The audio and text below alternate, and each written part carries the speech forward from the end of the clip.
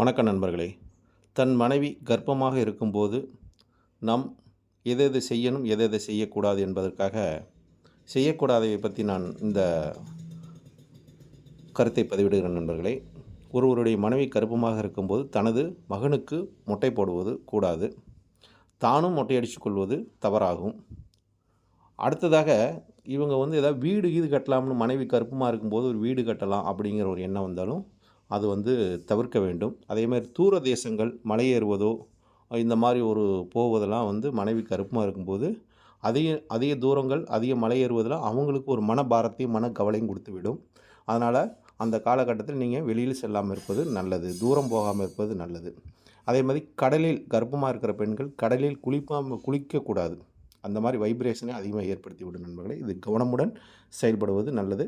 குழந்தை பிறந்து 10வது நாளில் அனைத்தும் செய்து விடலாம்.